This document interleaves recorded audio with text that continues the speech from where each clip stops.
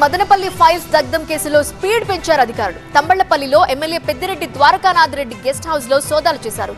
హైదరాబాద్ లోనూ పెద్దిరెడ్డి పిఏ శశికాంత్ ఇంట్లో సోదాలు నిర్వహించారు. 2 చోట్ల పలు కీలక పత్రాలు స్వాధీనం చేసుకున్నారు.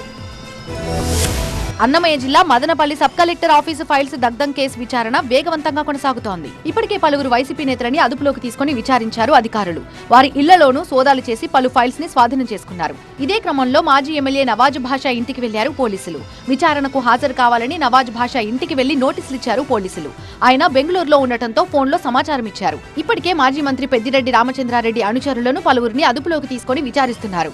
Madanapalle municipal vice chairman Jinka Venkatachalapathi ఇంట్లో సోదాలు చేపట్టిన అధికారులు పలు కీలక రికార్డ్స్ ని స్వాధీనం చేసుకున్నారు.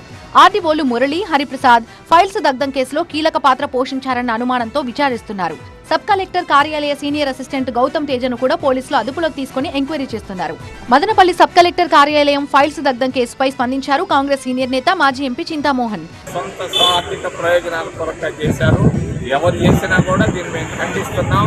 వెంటనే వీళ్ళపైన చర్యలు తీసుకోవాలి. సబ్ కలెక్టర్ ఆఫీస్ దగ్గరకు వచ్చిన ఆయనను లోపలికి అనుమతించలేదు పోలీసులు.